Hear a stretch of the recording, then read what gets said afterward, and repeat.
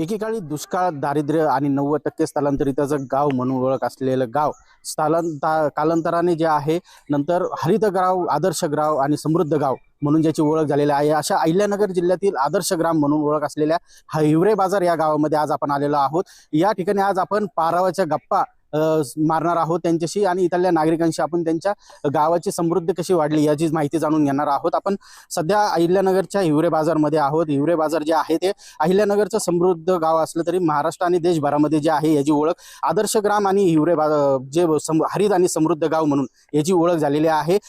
पद्मश्री पोपटराव पवार हे या गावचे सरपंच होते। 1989 साली ज्यावेळेस सरपंच पदाची धुरा सांभाळली त्यानंतर या गावाने कायापालट केला। कुऱ्हाडबंदी असेल, चाराबंदी असेल, त्याचबरोबर जे नशाबंदी असेल, असे अनेक गाव जे आहेत ते गावाने नियम घालून दिले। त्यानंतर गावाचा विकास झालेला आहे। आपल्यासोबत पद्मश्री पोपटराव पवार आहेत, आपण त्यांच्याशी जाणून घेऊया। साहेब, गावाचा जो विकास आहे, पूर्वी दुष्काळ असेल, दारिद्र्य असेल, 90% स्थलांतराचं गाव म्हणून ओळख होती, कसा याचा विकास झाला, कसा गावाचा काय? कारण म्हणजे गावं बदलतात ते माणसाच्या एकत्र येण्यामुळे, आणि एकत्र येण्यासाठी गावाविषयीची जी भावना आहे ती खूप महत्वाची आहे। ज्यावेळी गाव एकत्र येतात तर आपोआप श्रमदान, लोकसहभाग आणि त्यातून सरकारी योजना सुद्धा गावापर्यंत यायला मदत होते। गावं भांडायला लागली का सरकार लांब पळायला लागतं। मग तसंच हिवरे बाजार इतर गावांप्रमाणेच दुष्काळी गाव, पाण्याची समस्या, रोजगाराची समस्या, शिक्षण नाही, कुठली सुविधा नाही, पण कुस्तीमध्ये मोठं नावलौकिक असलेलं गाव होतं। पण 72 ते 82 10 वर्षात 3 दुष्काळ पडले आणि गावाची कुस्तीची परंपरा अडचणीत आली आणि लोक पहिल्यांदा गाव सोडून रोजगारासाठी पळायला लागले। आज साहजिकच बाहेर गेल्यामुळं बाहेरचे नको ते व्यसन गावामध्ये आले आणि त्यातून मग गावाचं पूर्वीचं वैभव गेलं।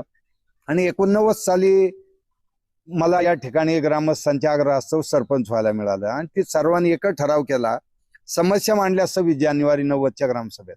पण नेमकी काय केलं पाहिजे हा तो विषय होता। परंतु मी गावकऱ्यांना हे सांगितले, कारण 90 साली अशा काही वेगळ्या योजना, सरकारी पैसे, CSR असं काही नव्हतं। पण आम्ही एकच सांगितलं, तुम्ही जर सगळे एक विचाराने एकत्र आला आणि आपसातले वादविवाद सोडून दिले तर आपण आपल्या गावाला एक पूर्वीचं वैभव, कुस्तीची परंपरा होती तसं आपण विकासाचं वैभव निर्माण करू। आणि त्यातून लोकांनी सहभाग द्यायला सुरुवात केली आणि आमची मूळ ताकद हे आमचं श्रमदान आहे। गेली 35 वर्ष गावकरी आजही श्रमदान करतात आणि ही जी ज्येष्ठ मंडळी आहे यांचं मोठं योगदान।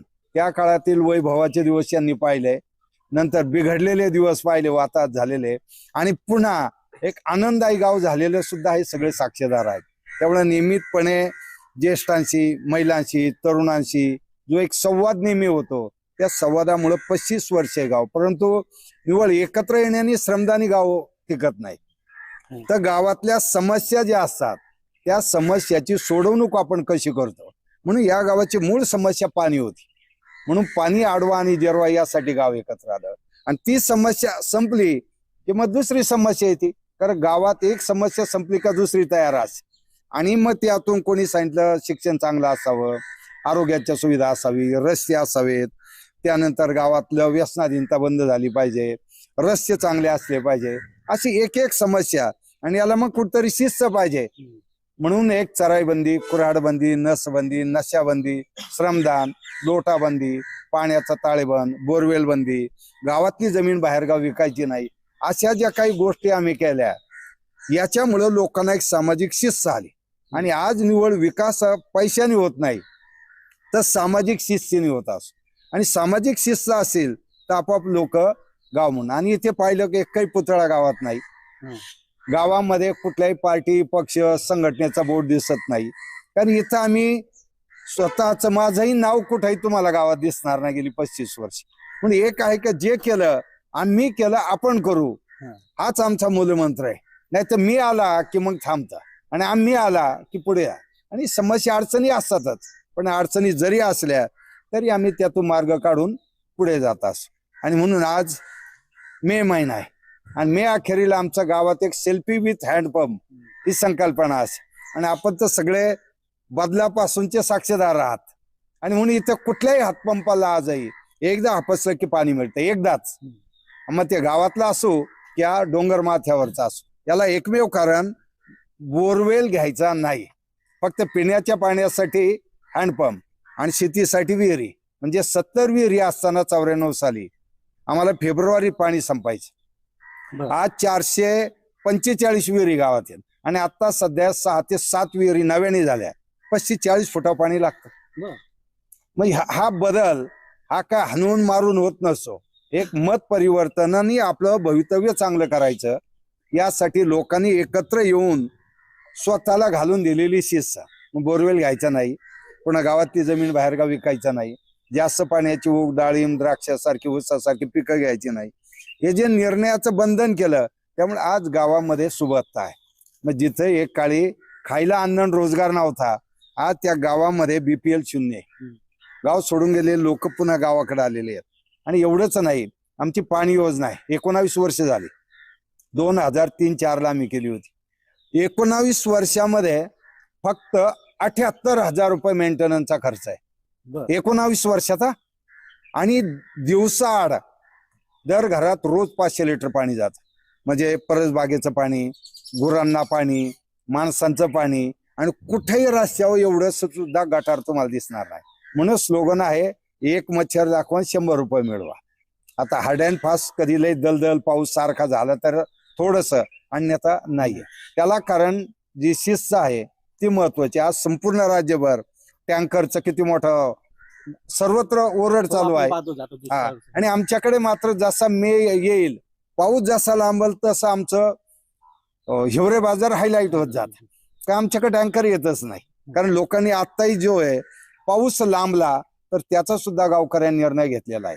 पुढच्या वर्षीच्या एप्रिल-मे मध्ये 27 फळबागा जिवंत ठेवायच्या, त्याचं बजेट पाण्याचं आता मांडलंय. गुरांचा चारा आणि पिण्याचं पाणी, बस एवढंच करायचं खरीपात पाऊस पडल्यावर. मग ही जी एक सामाजिक शिस्त आहे, किंवा आता गावात दूध संस्था आहे. आज आमच्याकडे 3-4 हजार लिटर दूध कलेक्शन आहे आणि रोज 1 रुपया बोनस देतो आम्ही 1 लिटरला. दूधवाले चालवतात सगळं. आणि जवळपास आतापर्यंत गेल्या 2 वर्षात 2-2.25 कोटी रुपये आम्ही बिगर व्याजी डेअरीच्या शिल्केतून आम्ही गाई आणि म्हशी घेण्यासाठी दूध उत्पादकांना दिलेले आहेत. मग हे आहे, पण शिस्त आहे, घेतलेले पैसे वेळेत परत द्यायचे. मग तसं गावात विविध कार्यकारी सेवा संस्था आहे. आज 5 कोटी गेली ती, कारण 31 मार्चला सभासद पातळीवर होत आणि आता डिव्हिडंड वाटतोय आम्ही. आणि आता सध्या 26-27 लाख रुपये बॅलन्स आहे आमच्याकडे. म्हणजे हे जे आहे, किंवा मग बँक ऑफ महाराष्ट्र शाखा आहे गावात, कोणालाही कर्ज लागलं बँक देते. तर बाकीचा विषय येत नाही. कारण लोकांना जी आर्थिक शिस्त आली त्याच्यामुळे सामाजिक शिस्त आली, आणि सामाजिक शिस्तीमुळं गावातलं सगळं चित्र बदललं.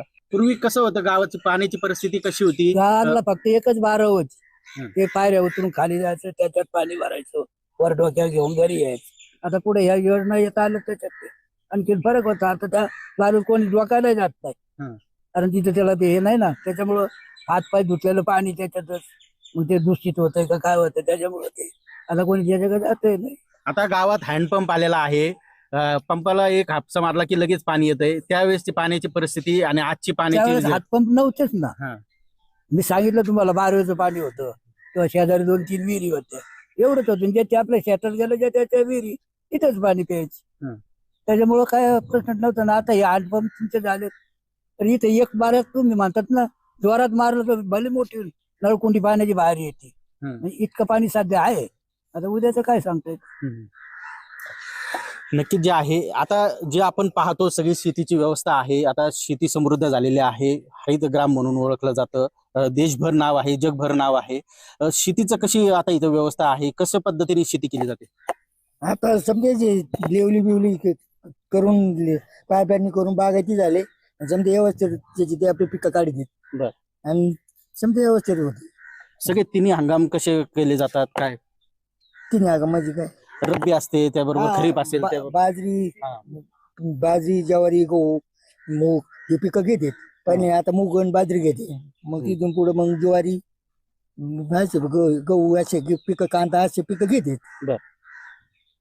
काय वाटतं आता त्यावेळेसचे जो हे होतं, त्या टायमाला पाण्याच्या सोय नव्हत्या, मोठ्याने भरणं होती. आता समजा लाईटी आल्या, भरणं बिजला तिथं व्हायला लागली, समजा व्यवस्थित होती. आपल्यासोबत पैलवान देखील आहे गावातले, ज्यांनी सगळा हा काळ आहे 50 वर्षाचा हा पाहिलेला आहे. आपण जाणून घेऊया, दादा त्यावेळेसची कुस्ती आणि आजची कुस्ती काय फरक जाणवतो, काही पारावर त्याच्या गप्पा होतात का? हा होतेच ना.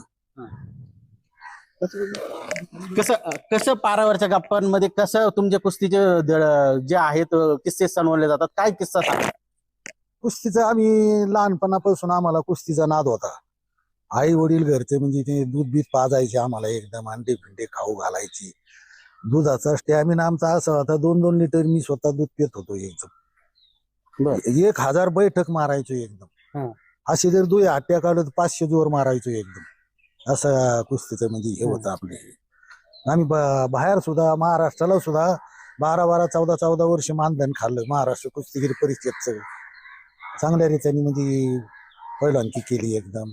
आमच्या गावाचं नाव फार बाहेर सुद्धा आहे. कोण कोण आंतरराष्ट्रीय मल्ल त्या काळाचे देखील या गावामध्ये येऊन गेल्याचं सांगितलं जातं, काय त्याचे किस्से आहेत? चंदगिराम, मास्टर चंदगिराम म्हणजे आपले मारुती मानी, ते आमच्या गावाला येऊन गेले. आमच्या आखाड्याला आलते ते.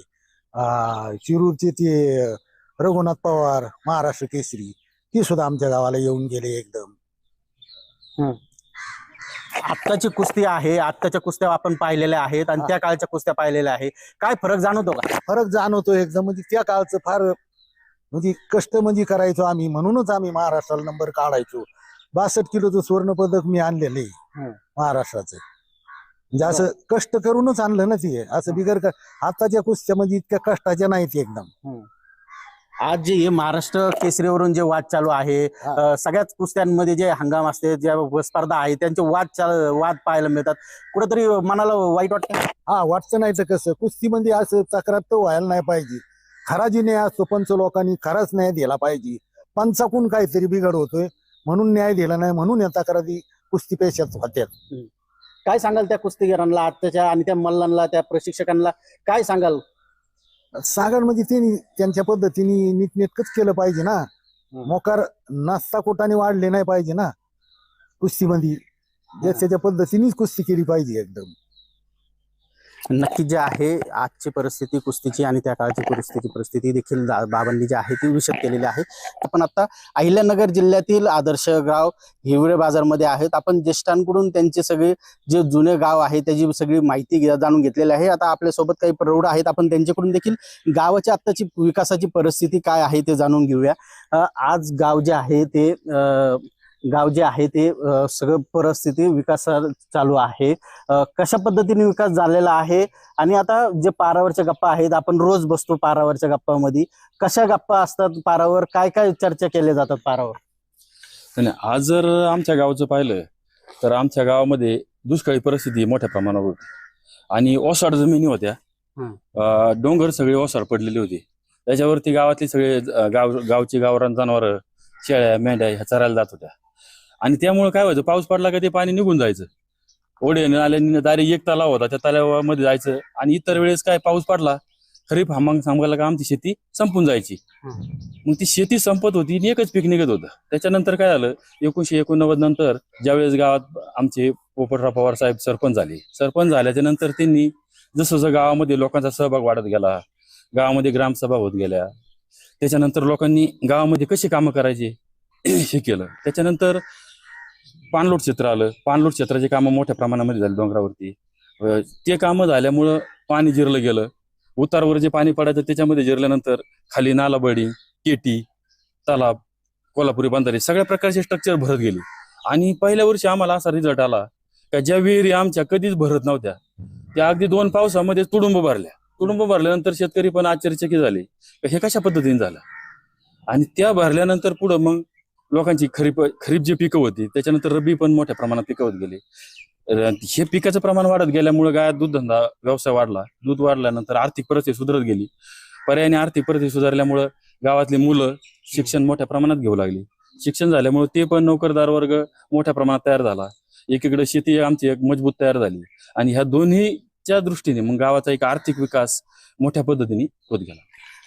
दुधाकडे आपण येऊया. दुधाची जी परिस्थिती आहे आता, दूध कशा पद्धतीने संकलन केलं जातं गावात, कशा पद्धतीने दुधाची परिस्थिती आहे? गावात पूर्वी 92-93 पर्यंत एक चहासाठी देखील दूध मिळत नसायचं. परंतु आज अशी अवस्था आहे की प्रत्येक कुटुंबात साधारण एक 25-30 लिटर पासून 250 लिटर पर्यंत दुधाचे हे आहे. आणि संकलन केंद्र एकच आहे आणि प्रत्येक कुटुंब त्या ठिकाणी येऊन आपलं संकलन करते. आणि दुधाचे दर देखील इतर गावांपेक्षा आमच्या डेअरीला 1-2 रुपयांनी शेतकऱ्यांना जादाच मिळतात. शिवाय दिवाळीच्या वेळेस प्रत्येक शेतकऱ्याला बोनस देखील मिळतो. वर्षभर जेवढं दूध घालतील त्याला गुणिले 2 रुपयांनी बोनस देखील दिला जातो. त्याच्यामुळे कुठेतरी आता दुधाचं संकलन जे आहे ते मोठ्या प्रमाणावर वाढलेलं आहे. नक्की जे आहे आपल्यासोबत बाबा देखील आहेत. बाबा, गाव समृद्ध झालेला आहे, कसा हा सगळा प्रवास पाहिला तुम्ही? कसं? मी 72 साली सरपंच झालो तर महाराष्ट्र सगळा अख्ख्या महाराष्ट्रात दुष्काळ पडला. मग गावाला लोकांना कामाची गरज होती. इथं जवळजवळ 2-4 गावचे लोक जवळ 3,000 लोक कामाला यायचे रोज, बाहेर गावचे, काही गावातले, काही. एक पाझर झाला, पायला झाला, वर 3 ठिकाणी चालका झाल्या. एक भुयारे पठारला, इथून टाकळी खासगाव, इथून जखणगाव, 5 सामुदायिक विहिरी झाल्या. आणि ते पहिलं काय होतं, हरिजनाला पाणी भरण्याची परवानगी नव्हती. म्हणजे याच्यात ती एक गाव एक पाणवठा, त्याच्यात त्या माळ्याला त्यांना परवानगी मी दिली त्यांना. नक्कीच जे आहे आपल्यासोबत आणखी या गावातल्या महिला देखील आहेत. गावाच्या विकासामध्ये महिलांचं देखील मोठं योगदान असतं. आपण गावाच्या ज्या सरपंच आहेत त्यांच्याकडून जाणून घेऊया. सध्याच्या विद्यमान सरपंच आहेत. ताई, गावाचा विकास झालेला आहे. पद्मश्रींच्या मार्गदर्शनाखाली अनेक विकास झालेले आहेत, कामं झालेले आहेत. काय सांगाल गावाचं आता महिलांसाठी गावाची काय परिस्थिती आहे? नमस्ते. मला सांगायला काही हरकत नाही. माझं सासर आणि माहेर दोन्ही हिवरे बाजार आहे. म्हणजे 89ला जेव्हा पोपटराव पवार साहेब सरपंच झाले त्यावेळेस मी 5वी मध्ये शिकत होते. आणि गावामध्ये शाळा 4थी पर्यंत होती, पण 2च खोल्या होत्या. 2 खोल्यामध्ये 4 वर्ग भरायचे. गावामध्ये पाण्याच्या सुविधा एवढ्या चांगल्या नव्हत्या. आणि शाळा तर नव्हती. आरोग्याच्या दृष्टीने काही हॉस्पिटल वगैरे काहीच नव्हतं. आणि शाळेसाठी आम्हाला 5वीला 5 किलोमीटर पायी जावं लागायचं. आणि रस्ते पण चांगले नव्हते. आणि खरं तर पोपटराव पवार जेव्हा गावचे सरपंच झाले तेव्हापासून खरा गावचा विकास चालू झाला. जलसंधारणाची कामं झाली. जलसंधारणाच्या कामामुळे गावामध्ये पाणी आलं. त्यामुळे गावची आर्थिक स्थिती सुधारत गेली. आणि लोकांनाही ते कळायला लागलं. आणि त्यामुळं लोकांचा सहभाग खूप मोठ्या प्रमाणात त्यांना मिळायला लागला. लोक साहेबांच्या पाठीमागे उभे राहिले. कारण त्यांना दिसायला लागलं की आपल्याकडे पाणी आले, आपली आर्थिक परिस्थिती सुधारली. काय झालं, दुष्काळामुळे लोक बाहेर गेलेली होती, लोकही गावामध्ये आली. आणि यामध्ये महिलांचा खूप मोठा सहभाग आहे. कारण कुठलंही अभियान असो किंवा स्वच्छतेचा विषय असो, महिलांचा खूप मोठा सहभाग आहे याच्यामध्ये. आणि श्रमदानाला सुद्धा महिला मोठ्या प्रमाणात हजर असतात. आणि महिलांच्या दृष्टीने खूप पवार साहेबांचं महिलांसाठी खूप लक्ष असतं की महिलांना कुठल्याही प्रकारचे कमतरता भासली नाही पाहिजे. आरोग्याच्या दृष्टीने असो किंवा सुरक्षिततेच्या दृष्टीने असो, ही सगळी कामं आमच्याकडे खूप मोठ्या प्रमाणात व्यवस्थित होतात. आणि सगळ्यांचा सहभाग खूप मोठ्या प्रमाणात आहे. नक्कीच आपल्यासोबत काही तरुण देखील आहेत जे आता ही पुढची पिढी आहे. पारावर आता पहिल्यांदाच आलात का? कधीपासून येतात? नाही, पहिल्यांदाच आलात. बरं, गावात काही ग्राउंड आहे खेळायला? कसं गावाची परिस्थिती? ग्राउंड आहे, सगळे खेळ खेळतो आम्ही. क्रिकेट झालं, व्हॉलीबॉल झालं, तिथे तालीम पण आहे. आणि खेळासोबत इथं वाचनालय पण आहे. इथं खूप सारी पुस्तकं आहेत गावात. कुस्तीचं गाव म्हणून ओळखलं जातं. कुस्त्या खेळता? मी तर नाही खेळत, पण माझे मित्र खेळतात. वाचनालय देखील आहे. काय पुस्तकं वाचलेत आतापर्यंत तिथं? काय कधी गेलाय वाचनालय? हा, वाचनालयात आम्ही जेव्हा शाळेत होतो, आता पण येतो कधी पुस्तकं वाचायला. काय सांगाल आता गावात कसं वाटतं? या गावामध्ये शहरी जीवन आणि गावातलं विकास कसं वाटतं? गावात आमचं गाव म्हणजे शहरापेक्षा सुद्धा भारी गाव आहे. गावाचं जीवन जे आहे ते शहराचं कधीच बरोबर होऊ शकत नाही. एकदम भारी गाव आहे. नक्कीच जे आहे यासोबतच आणखी काही महिला आहेत, आपण त्यांच्याकडून जाणून घेऊया. आजी, आपण गावाचा विकास पाहिलेला आहे. पूर्वीच्या काळी पाण्यासाठी जी भटकंती होती ती आता थांबली आहे का? कसा विकास झालेला आहे? एकदम थांबलेली. आम्हाला काय होत होतं त्या टायमाला श्रमदान करून आम्ही सगळं सुधारलं. बाकीचं काहीच नव्हतं पूर्वी. असे आपले याचं जुनं गाव होतं. समजतही नव्हतं, उमजतही नव्हतं आमचं. मग आता हे साहेब आल्यापासून सगळी सुधारणा झाली. आम्ही श्रमदान केले, तिथून मोर अख्खा विकास झाला. पूर्वी पाण्यासाठी कसं हे करावं लागलं, कष्ट घ्यावं लागलं? बारत जात होतो, बारातून हांड्याने पाणी वर आणत होतो. आणि मग ते आणून आपल्या घरी पिण्याच्या धुण्याच्या याच्या कामाला लाईत होतो. पण आता घरोघर नळ झाल्यात, हापसे झाल्यात, त्याच्यामुळे कोणाला पाण्याची टंचाईच नाहीये. असं म्हणजे एकाच झालेलं आहे साहेबांच्या पासून. नक्की जे आहे या सगळ्या गावाचा जो विकास आहे तो देखील पूर्ण झालेला आहे. आपल्यासोबत काही आता तरुणी देखील आहे ज्या आता गावामध्ये आहेत. गावाचा जे विकास आहे तो कशा पद्धतीने झालेला आहे, आता जे महिलांचे जे चालू आहे विकासाच्या वेगवेगळ्या योजना येतात त्या योजनांबाबत गाव समृद्ध आहे. हो, महिला प्रत्येक उपक्रमामध्ये सहभागी असतात आणि गावामध्ये जे काही कार्यक्रम होतील उपक्रम त्यामध्ये महिला सहभागी असतात. ज्या शासनाच्या योजना असतात महिलांविषयीच्या आहेत त्या इथं गावामध्ये मिळतात का? कशा पद्धतीने ते योजना राबवल्या जातात? हो, सर्व महिला एकत्र येतात, त्या कार्यक्रमामध्ये असतात, सहभागी होतात. नक्कीच जे आहे या सगळ्या महिला आहे गाव आहे त्या गावामध्ये सगळ्या योजना असतील त्याचबरोबर हे गाव सगळं आहे ते समृद्ध झाल्याचं आपल्याला पाहायला मिळतं. गाव जसं हरित आहे त्या पद्धतीने गावामध्ये माजी सैनिक देखील आहे. त्याचबरोबर दुधाच्या संकलनामध्ये देखील गाव मोठ्या प्रमाणावर आहे. आपल्यासोबत काही माजी सैनिक आहेत, आपण त्यांच्याकडून देखील जाणून घेऊया. गावामध्ये माजी सैनिक देखील मोठ्या प्रमाणावर आहे. देश सेवा देखील या गावामध्ये केली जाते. कशा पद्धतीने या गावामधून माजी सैनिक हे जे आहेत सैनिक घडलेले आहेत? ह्या गावामध्ये माजी सैनिक तकरीबन 40 आहेत आणि ऑन ड्युटी 25 जण असते. तर आम्ही सर्व्हिसमध्ये पण असताना सुट्टी आलो तर गावामध्ये आमचा सहभाग असायचा. श्रमदान झालं, सांस्कृतिक कार्यक्रम झाले, यात्रा झाले, यामध्ये आमचा पूर्ण सहभाग असायचा. पण रोजच्या रोज तुम्ही आता ड्युटीहून आल्यानंतर कधी पारावर बसलेला आहात का? पारावरच्या गप्पा कधी ऐकलेल्या आहेत? हो, आता जेव्हापासून रिटायर झालो तेव्हापासून आम्ही कायम गावामध्येच असतो. आणि आमच्या गावामध्ये NCC युनिट आहे, त्याला आम्ही 3 जण म्हणजे फ्रीमध्ये आम्ही शिकवतात. आमच्या वेळेमध्ये त्यांना शिकवत असतो. आणि आमचं श्रमदान असन, काही कार्यक्रम असन, त्याच्यामध्ये आमचा 100% सहभाग असतो. नक्कीच जे आहे आपल्यासोबत अजून काही बाबा आहेत, आपण त्यांच्या बाबा रोज पारावर बसता का आणि रोज इकडे येता का? हो, रोज येतो. काय एकंदरीत गप्पा असतात? गप्पा हेच शेतीच्या गप्पा, पावसाच्या गप्पा, परत विकासाच्या का आपल्याला नंतर काय करायचं, काय केलं, काय करायचं, याच गप्पा चालतात. आणि डेअरी विषयी त्या गप्पा चालतात. काय एकंदरीत गावाची दुधाची परिस्थिती काय आहे? दुधाची परिस्थिती एकंदरीत आज गावामध्ये एकच डेअरी आहे आमची आणि 4 ते 4.5 हजार लिटर संकलन आहे. आणि आमच्या गावचा टेम्पो पण डेअरीचाच आहे. आणि आमच्याकडे आज 60-70 लाख रुपये शिल्लक आहे डेअरीतून. 2 कोटी 21 लाख रुपये आम्ही गाय खरेदी करता दिलेले आहेत. एकीकडे राज्यामध्ये भेसळ दूध मिळतं मोठ्या प्रमाणावर, दूधजन्य पदार्थ आहे त्याचं मोठ्या प्रमाणावर जे आहे आपण बातम्या पाहतो. गावात कशा पद्धतीने याचे सगळे? आमच्याकडे 3.5 लाख रुपयाची मशीन आणलेली आम्ही. जवळजवळ ते 27 भेसळ दाखवते. त्याच्यामुळं आमच्याकडे भेसळीचा विषय अजिबात नाही, कुठलीच भेसळ नाही, पाणी सुद्धा भेसळ नाही. एकदम दूध म्हणजे दूधच आहे, एक नंबर. ताई, पारावर कधी येण्याचा जे आहे योग आलेला होता का आपल्याला? हो, आम्ही काय गावात येत असतो. काही कार्यक्रम वगैरे असले ना तर आम्ही गावात येतो. कधीपासून पारावर येता? काय नेमकं गप्पा रंगतात? महिलांचं देखील काही गप्पांचं मैफिल रंगती काही?